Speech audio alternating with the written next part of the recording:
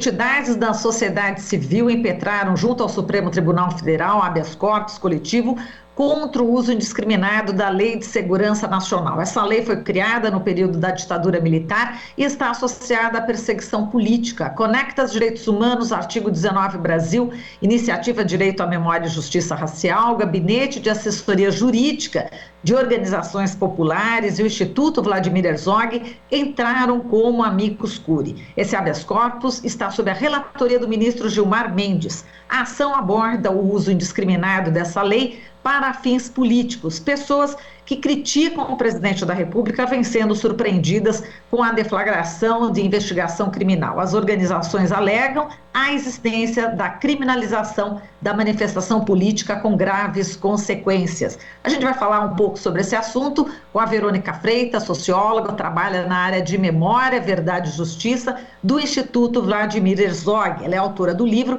Quem são os terroristas no Brasil? Olá, Verônica, bom dia. Olá, bom dia, muito obrigada por nos receber.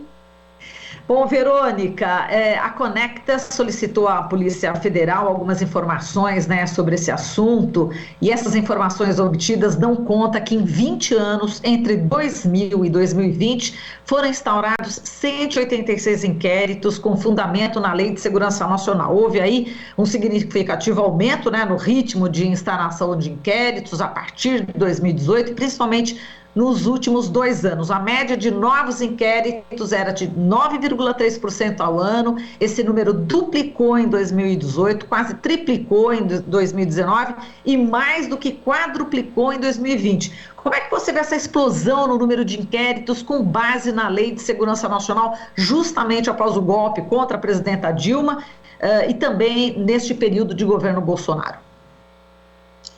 Sim, exatamente. O levantamento que nós fizemos, que a organização Conectas fez e que nós estamos utilizando, nos mostra, pelos dados do próprio Estado, que em 2016, por exemplo, foram entrados 7 inquéritos com base na Lei de Segurança Nacional. Nesse ano passado, de 2020, foram 46, ou seja, mais de 7 vezes mais do que em 2016, inquéritos baseados na Lei de Segurança Nacional. O que a gente vê nos últimos 2 anos, inclusive com a anuência do ministro da Justiça, são vários inquéritos contra, na verdade, a liberdade de opinião. Então, por exemplo, tem casos famosos como do youtuber Felipe Neto, que criticou o Bolsonaro, o presidente, chamando ele de genocida e foi enquadrado na Lei de Segurança Nacional. Tiveram manifestantes que usaram uma faixa, também criticando a figura do presidente, também foram enquadrados na Lei de Segurança Nacional.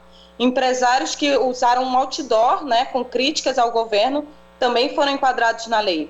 E é importante a gente saber que, inclusive, segundo todo o acúmulo da Corte Interamericana de Direitos Humanos, do direito internacional, um presidente, uma figura pública, representante, tem mais chances de ser criticada pela população, criticada e não menos. E aí, justamente, esse processo, que é uma ação de um habeas corpus coletivo, entrado pela Defensoria Pública da União, ele coloca que a liberdade de expressão não pode ser enquadrada na Lei de Segurança Nacional. A Lei de Segurança Nacional é uma lei que é muito rígida, justamente porque prevê a ameaça ao Estado de Direito, a ameaça às instituições.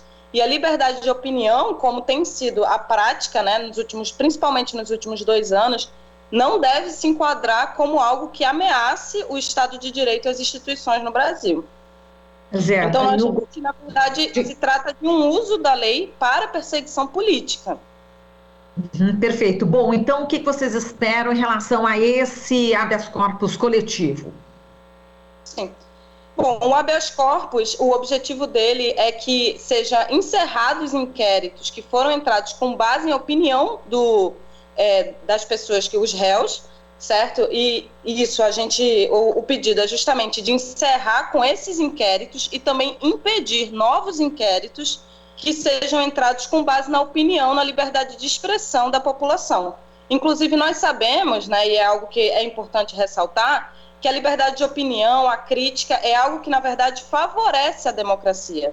A democracia, ela ganha com críticas aos governos, as gestões públicas, certo? E não o contrário, O uso e a censura com base na Lei de Segurança Nacional, na verdade, é um enfraquecimento do Estado democrático.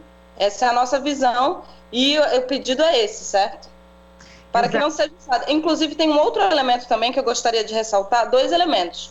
Um que é, os crimes de segurança do Estado também prevêem, além do fato concreto, um caráter subjetivo, ou seja, quem faz o crime, né, tem que ter a intenção de agredir as instituições e o Estado democrático, então isso é um elemento forte, né, da ação, porque a intenção, né, dessas pessoas que estão em protestos, que estão criticando o presidente, nitidamente não é acabar com as instituições brasileiras ou o Estado democrático de direito. Isso é muito pontuado na ação pela própria Defensoria Pública da União, e também que muitos inquéritos foram colocados na Justiça Estadual, nos Ministérios Públicos Estaduais. E a Lei de Segurança Nacional é uma lei que deveria ficar sobre arcabouço justamente pela sua gravidade, pelo seu caráter altamente punitivo no âmbito da Justiça Federal. Então, isso é outro problema desses inquéritos que aconteceram aí nos últimos 2 anos, que é um uso indevido da lei, tanto no sentido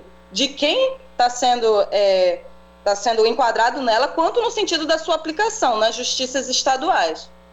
Muito bem. Agora, inclusive, a gente está aqui com o artigo do Camilo Vanucci, ele que publicou hoje aqui, né, a opinião no UOL, o dia em que a Lei de Segurança Nacional foi condenada, e ele faz uma observação que eu queria que você comentasse, né, que a Lei de Segurança Nacional, como é frequentemente referida, tem seu lado geni. Vez ou outra, os mesmos que se lambuzaram a noite inteira até ficarem saciados são os primeiros a tirar pedras e a taxar a lei de maldita. Esperneiam quando ela é usada para enquadrar Daniel Silveira e regozijam-se quando o alvo é Felipe Neto, como você mesma falou, não é isso? Enfim, essa lei, seja como for, sobram indícios de que essa lei não envelheceu bem. Neste caso, não há toxina butolínica e tonalizante acaju que dê jeito. Bom, enfim, vai para os 2 lados, né? Isso que eu queria que você comentasse um pouco também, Verônica. Sim. Pois é, justamente, nós temos discutido muito esse tema, também por conta de que a lei foi usada, né? Em alguns casos, a maioria do seu uso, e é importante registrar isso, são por críticas, né, à opinião pública de manifestantes, de artistas, de intelectuais, até de advogados, né, que se posicionaram criticamente à figura do presidente, né? E então isso é principalmente assim o eixo da ação. Mas aconteceram 2 episódios mais famosos, né, em que a lei ela foi aplicada a casos do que a gente considera um ativismo fascistizante no Brasil. Então ela foi aplicada para manifestantes que acamparam em Brasília pedindo um AI-5, pedindo um novo AI-5, intervenção militar. E também no caso do Daniel Silveira, né, quando ele deu declarações que foram interpretadas como ameaças a figuras do STF, que seriam críticas, né, aos ministros do STF.